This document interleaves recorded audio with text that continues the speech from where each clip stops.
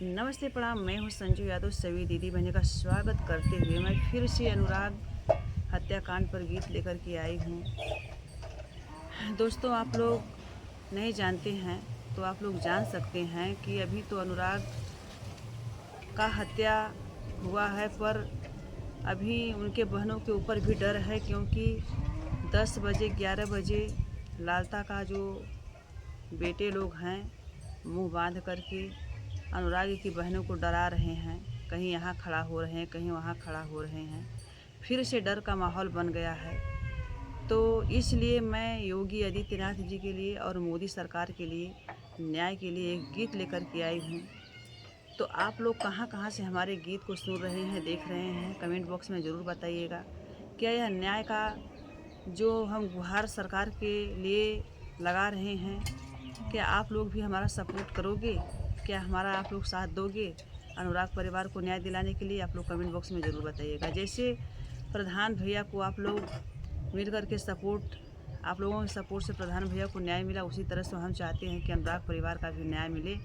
और 5 से 6वां महीना लग गया है उनकी हत्या को हुए, अभी तक कोई न्याय नहीं मिला है और तब तक डर का माहौल फिर से बन गया है उनके बहनों के लिए। तो चलिए मैं एक गीत लेकर के आई हूँ। हमारा गीत आप लोगों को कैसा लगता है कमेंट बॉक्स में ज़रूर बताइएगा। पहली लाइन हमारी है सीधे योगी आदित्यनाथ जी के लिए। तो सुनिए सरकार जी, अगर कहीं से हमारे गीत की लाइन में अगर गलती होगी तो हम क्षमा आपसे चाहते हैं, पर आप सरकार हैं, पूरी जनता आपको एक मत होकर के सरकार बनाई है, तो गुहार भी हम आपसे लगाएंगे, शिकायत भी हम आपसे करेंगे। तो चलिए। भीख नाही हक सरकार मांगिला, भीख नाही हक सरकार मांगिला, अनुराग हत्याकांड का इंसाफ मांगिला, अनुराग हत्याकांड का इंसाफ मांगिला। भीख नाही हक सरकार मांगिला, अनुराग हत्याकांड का इंसाफ मांगिला, अनुराग हत्याकांड का इंसाफ मांगिला। 5 महीनावा कधी नावा बीतल बा, 5 महीनावा कधी नावा बीतल बा, दिनावा बीतल बा हो दिनावा बीतल बा। दोस्तों, 5 महीने का दिन बीत गया है, 6वां महीना चालू हो गया है, पर अभी इंसाफ नहीं मिला है योगी आदित्यनाथ जी। 5 महीनावा कधी नावा बीतल बा, 5 महीनावा कधी नावा बीतल बा, या बहिना लालता क घरवा गिरल बा, या बहिना लालता क घरवा गिरल बा। योगी आदित्यनाथ नोटिस भेज दिए थे साहब आप कि लालता का घर गिरने वाला है, पर 5 महीने का दिन हो गया, अभी तक घर नहीं गिरा है। तो उसके लिए हमारी लाइन है 5 महीनावा कदी नावा बीतल बा, 5 महीनावा कदी नावा बीतल बा, अब बहिना साहेब हो घरवा गिरल बा, अब बहिना लालता क घरवा गिरल बा। काहे तो हर साहेब हो कानून सुतल बा, किया पैसा पर साहब हो कानून बिकल बा, किया तो हर साहब हो कानून सुतल बा, किया पैसा पर साहब हो कानून बिकल बा, किया पैसा पर साहब हो कानून बिकल बा। देखिए साहब, सरकार जी, अगर आप न्याय नहीं दोगे तो इसी तरह से मैं अपने गीतों के माध्यम से आपको तंज कसती रहूँगी। आगे की लाइन क्या है दोस्तों?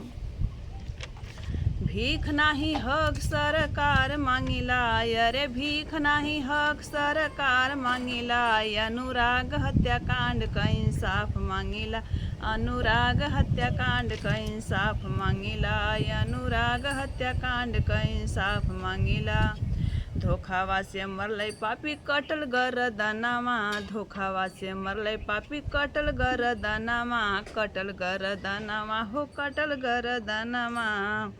खोतावा से गिरी गई नहीं अलहर सुगनावा, खोतावा से गिरी गई नहीं अलहर सुगनावा, धोखावा से मरलै पापी कटल गरदनामा, खोतावा से गिरी गई नहीं अलहर सुगनामा। अनुराग खातिर साहेब पूरा देश रोवत बा। सुनिए सरकार जी, और जितनी भी पब्लिक हमारे गीत को सुन रही है, क्या हम गलत गा रहे हैं? आप लोग कमेंट बॉक्स में ज़रूर बताइएगा। अनुराग खातिर साहब पूरा देश रोवत बा, काहे तोहरे ना योगी हो दर्द आवत बा, काहे तोहरे ना योगी हो दर्द आवत बा। अनुराग खातिर साहब पूरा देश रोवत बा, काहे तोहरे ना योगी हो दर्द आवत बा, काहे तोहरे ना योगी हो दर्द आवत बा। भीख नाही हक सरकार मांगेला, अनुराग हत्याकांड क इंसाफ मांगेला, अनुराग हत्याकांड क इंसाफ मांगेला। नोटिस लगवला कि घरवा गिराइब, नोटिस लगवला कि घरवा गिराइब, घरवा गिराइब हो घरवा गिराइब। अब हिले कहते हैं बाबा जी, ऐलान कर देते हैं, नोटिस भी लग जाती है कि लालता का घर गिरेगा, पर घर अभी तक गिरा नहीं है। नोटिस लगवला कि घरवा गिराइब, नोटिस लगवला कि घरवा गिराइब। अब हिले बाबा बुलडोजर ना देखाइल, अब हिले बाबा बुलडोजर ना देखाइल। काहे तोहर साहेब हो कानून सुतल बा, किया पैसा पे साहब हो कानून बिकल बा, किया पैसा पे साहेब हो कानून बिकल बा। किया साहेब किया तोहर साहेब हो कानून सुतल बा, किया पैसा पे साहब हो कानून बिकल बा, किया पैसा पे साहब हो कानून बिकल बा। अनुराग के सिया के लड़े प्रधान हो, अनुराग के सिया के लड़े प्रधान हो। ओनाहू के पपिया तो दिहल फसाए हो, ओनाहू के ललता तो दिहल फसाए हो, ओनाहू के ललता तो दिहल फसाए हो। अनुराग के सिया के लड़े प्रधान हो, अनुराग के सिया के लड़े प्रधान हो। ओनाहू के पपिया तो दिहल फसाए हो। आगे की लाइन सुनिए दोस्तों।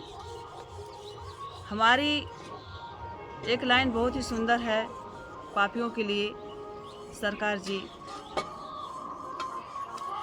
जेलिया में काहे ना रखला साल खाड़ हो, पापियों को जेल में आप साल भर तक नहीं रख पाए। जेलिया में काहे ना रखला साल खाड़ हो, बहरे निकल के जैसे घूमे छुट्टा साढ़ हो, बहरे निकल के जैसे घूमे छुट्टा साढ़ हो। लाल तारा में सकमन बढ़ल बा, अरे लाल तारा में सकमन बढ़ल बा। किया पैसा पर साहब हो कानून बिकल बा, किया पैसा पर साहब हो कानून बिकल बा, किया पैसा पर साहब हो कानून बिकल बा। भीख नाही हक सरकार मांगेला, भीख नाही हक सरकार मांगेला। अनुराग हत्याकांड का इंसाफ मांगेला, अनुराग हत्याकांड का इंसाफ मांगेला। तो क्या दोस्तों, इंसाफ के लिए यह हमारा गीत आप लोगों को कैसा लगा कमेंट बॉक्स में ज़रूर बताइएगा। और जो भी बहन जो भी भाई अगर हमारे चैनल से जुड़ना चाहते हैं तो प्लीज़ जुड़ जाइए। हमारे चैनल का नाम है संजू सुभाष ऑफिशियल। एक बार आप लोग जुड़ेंगे और कमेंट कर दीजिएगा कि नहीं दीदी, नहीं भाभी, हम आपसे जुड़ गए हैं, आपसे भी हम तुरंत जुड़ जाएंगे, क्योंकि एकता में ही बल होता है।